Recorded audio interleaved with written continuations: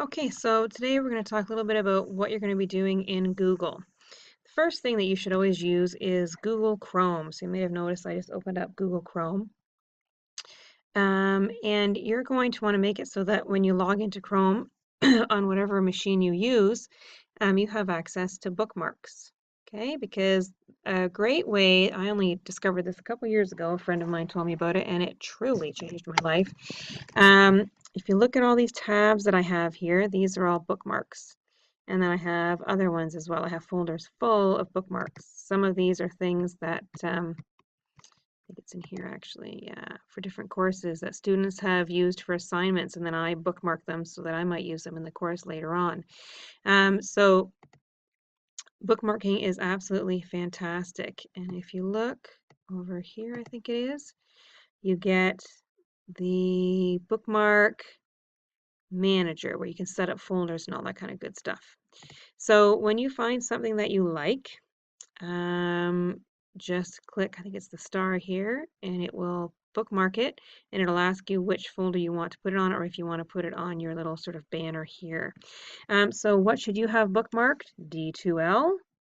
There's going to be a few other docs and things that you are probably going to want to have bookmarked for this course. And you'll find those may change, and you may want to shift them around and make different decisions as you go on. Because I have my Halton Drive, and then I also have a private Google account. I have both of those. I've got my Halton Mail, my private email. Trillium is where I do your attendance. D2L, which I don't use very often, and you're not going to use very often, but we will use for attendance purposes and as sort of a bulletin board in this course. And then I've got other things that I need, the spreadsheet where your marks are going to be generated, my two drives, and a couple of other sites and things that I use from time to time. So once you're in Chrome, you're going to want to end up going to the Halton Cloud. And the easiest way to do that, if you've never done it, man, I think more and more of you, as time goes on, have done this.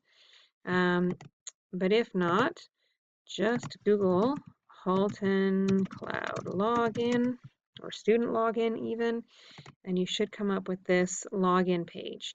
Now, because I have mine bookmarked, I don't need to do that. So I'm just going to go to my Halton Drive. It's right here. So you can see I just have one click. I'm all about minimizing clicks. This decreases stress and minimizes your time wasted. So I would also suggest that you set up a folder for this course and move everything into the folder. And you may want at some point to start sharing things with an external. This is actually my external. Sometimes it gets confused. That's actually something that you need to keep an eye on. If you ever are trying to open something that I shared with you and you can't, check over here and see which version of yourself you're in. I find it's very temperamental. If you work too much in your Halton Drive, then like this one, my private drive, will start to think it's my that both of them are the Halton Drive and vice versa. So every once in a while I have to sort of remember, okay, which version of myself do I want to be in?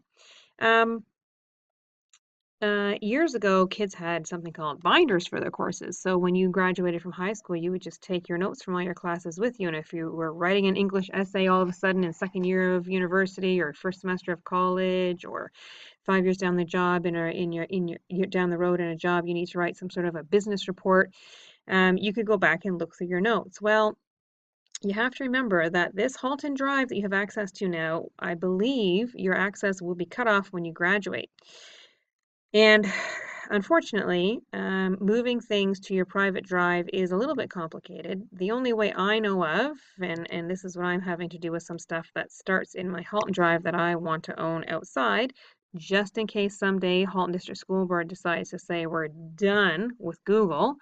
I don't want to lose all my resources. So what I tend to do in that situation, I generally create my stuff in my external drive, but you're not going to have that option because I'm going to force you to use the Halton Drive because you're Halton students.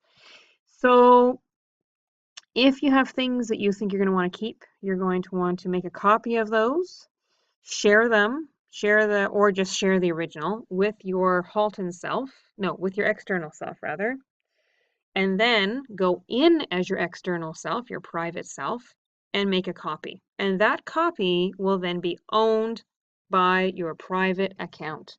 If you, I believe, you can run a test on this and see, but I'm pretty sure if you share something that you created in the Halton Cloud with your external Google self, I don't think that you will have access to that once your access to the Halton Cloud is gone.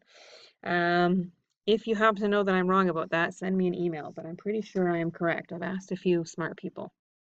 Okay, so you may want to think about that. Some of your work that you may want to keep forever. And you never know what you're going to need because you never know what kind of courses you might end up taking in 2 or 3 years. Okay, so bookmarks, that's excellent.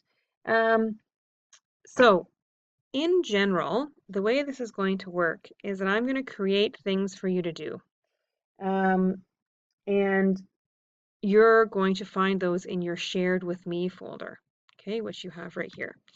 And I will post that in, there's going to be a document linked in D2L because I am going to have to force you to go to D2L. The board has mandated that for e-learning courses right now, so that they can track attendance more easily. So that link will be sitting in D2L. And you will go there. You will once we get everything up and rolling, I'm going to give each of you viewer access to that document. And so things will be posted there such as I've shared this week's work with you. So you go to your shared with me folder and you'll find things. Don't share them with me unless I give you instructions to do so, which may happen at the beginning of the course depending on whether or not the magic spreadsheet is set up or not. But generally speaking, don't touch the shared button. Okay, so if it's just a random document, BTT, which I taught a couple years ago. Okay, so if this was an assignment or a learning activity or something, and I shared it with you, so it shows up in your shared with me, if I've shared it with you, it means I already own it. This sometimes clogs my email inbox because what people will do is they'll go here and they'll share it with me as the teacher. You don't need, look, it says right here that it's already shared with me. Okay, so you do not need to share it with me. Okay, and what would happen is people would put my name in here and then it says the default is that it's going to send me an email. So then I get all these emails telling me that something that I don't need shared with me because I already own it is being shared with me. So please, please don't touch that button unless I ask you to specifically for some strange reason. It shouldn't happen, and it certainly shouldn't happen often, but it may happen from time to time. Okay, so those are your basics about Google. Now, the thing to remember about these docs that I will share with you is that I own them. So please remember that that means I can see them. It also means that I can go back, if you know anything about Google Docs, I can go back and look at the revision history of these docs. That means I can see, I can watch the stuff that you typed in before. So make sure at all times that you are doing your own work and only your own work, because if you don't, I will be able to watch as you copy and paste somebody else's work into your doc, and then try and edit it to make it look like someone else's. It's happened. The other thing is always be appropriate, right, when you're typing in that doc. So if you're upset about something, don't start swearing at me in your doc and then delete it, because if for whatever reason I need to go and review all the edits of your doc, I will see that. And no matter what's gone on, a week later, you're not going to want me to see that, okay? So just be aware that that's the way those docs work. They're my docs. I will always have access to them. And the other thing is you will type your work in those documents. You will not make a copy. You will not type in a separate doc and then share that document with me. It's a template. It's like if a teacher, it's no different than in a classroom, a teacher hands you a handout and says, fill this in, give it back to me. You don't then go write on a random blank piece of paper. You fill in that sheet because that's what they've asked you to do. Okay, so this is the same thing. I'm giving you a template. You fill in the template, and then when it's due, I lock you out. You'll notice that then you won't be able to do anything. Either you won't be able to see it at all, or you'll be able to see it, but you won't be able to touch it and do anything with it. When that happens, don't just assume something crazy has happened and I should make a copy and start. No. Or I should start my own doc. No. You email me. You explain why your work wasn't done by the deadline, and then we figure out a plan to get your work in. Okay? I will open the doc if I need to. It's really important. It just makes life so much easier on my end if everything is in one place. Okay? So don't change the names of the docs. Just leave them. Just type in them. Do what you need to do. But don't share it back with me. That's just totally redundant and a waste of time. And